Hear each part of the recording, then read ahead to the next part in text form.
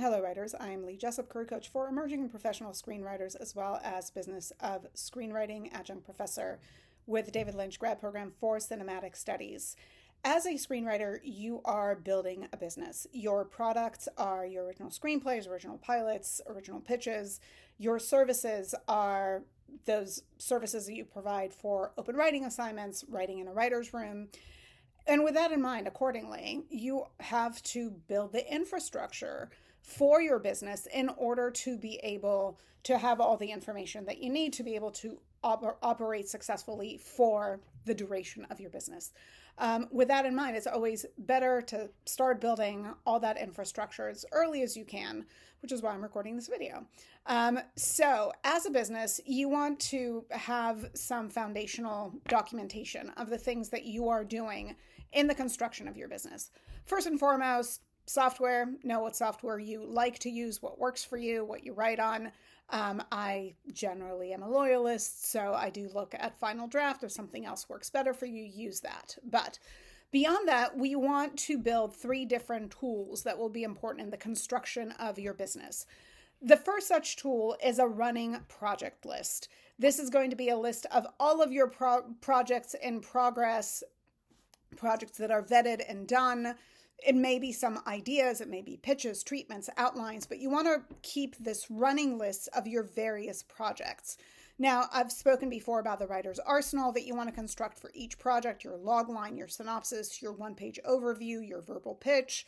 For TV pilots, a series log line, a pilot log line, a Bible, and then potentially you may want to create decks or anything like that to help promote the material. You want to have all of that in a centralized place, right? So along with your running list for every project, you want to have a folder for the arsenal for that project in order to be able to use it in part or in full as needed, as people request to see it, as you talk to a potential manager about what you're developing and what you have, as you talk to producers or executives about the ideas that you're excited to develop. You want to keep that running list that you update on a regular basis as you bring projects to completion, as you take a treatment into an outline into a first draft, track the project stage at a particular given point in time. It's entirely up to you how in depth you go, but having that list is going to be invaluable because ultimately at the end of the day, your products are your business assets. Right, from idea all the way to completed draft, shareable draft of a screenplay or pilot, these are the assets on the back of which your business is going to be built. Now, you can track this in a running Word doc, you can use Excel, you can get fancy and use something like Airtable. I track all my stuff in Airtable because it allows me to attach materials to the records.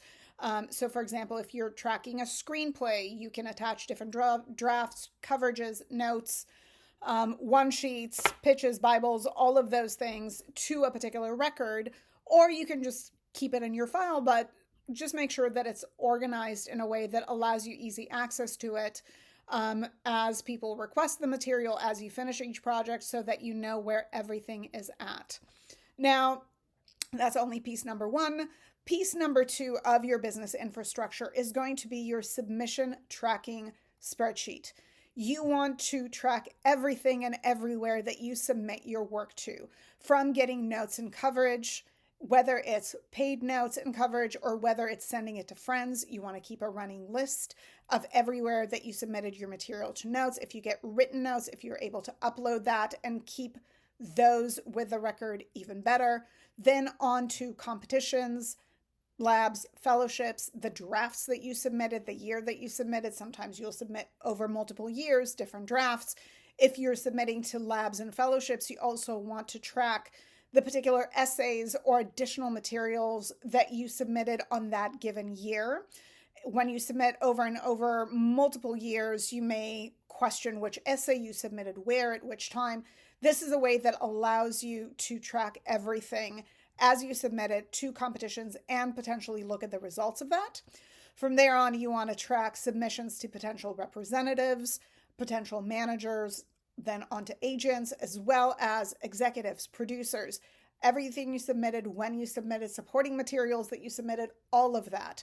You are the owner of that business, so you need to keep it organized. Once you are represented, once you have a manager, once you have an agent, or even a lawyer who's sending material on your behalf, you are absolutely permitted to ask them for send lists in order to keep that information in one centralized place where your work has been.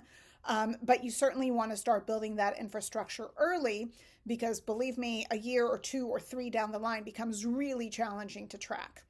Now, the last piece of this infrastructure puzzle is going to be your contact tracking worksheet. You want to track every person that you've met from writer on up in the industry. It might be assistants, it may be interns, it can be executives that you met with, managers that you met with, that you spoke with at Austin, wherever. But you want to keep that information with as much detail as you can cram in there. So where you met a person, when you connected, any notes from emails that you want to include. Do you have friends in common? Did you grow up in the same small town? Are they dog lovers and you yourself have rescued 4 different dogs? We want to keep as much of that connective tissue as possible, because you're going to be meeting a lot of people over the life of your career. All that information is going to kind of melt into each other.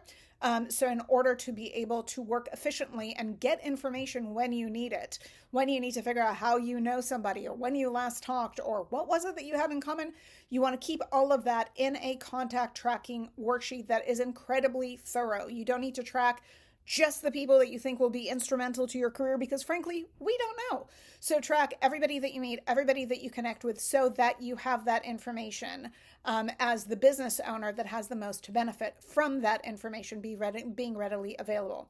Now, if it all sounds good and you're not quite sure how to put it together, I do have contact tracking worksheets and submission tracking worksheets. Should you need to see what those look like, I'm more than happy to share those with you. They have some dummy data. Just pull it, make it your own, slice it, dice it however you need. You can email me for those, lee@leejessup.com. But I highly encourage you to start tracking everything, start inputting everything, because these careers are built over years and decades in which you'll be developing different projects, meeting different people, submitting your content, because that's how you get it out there. And we want to have record of everything in order to make you as efficient and successful as possible. All right, you guys, I hope you found this helpful. Went a little long. Hopefully you're able to bear with me. Of course, subscribe if it was, and more will be coming soon. Bye.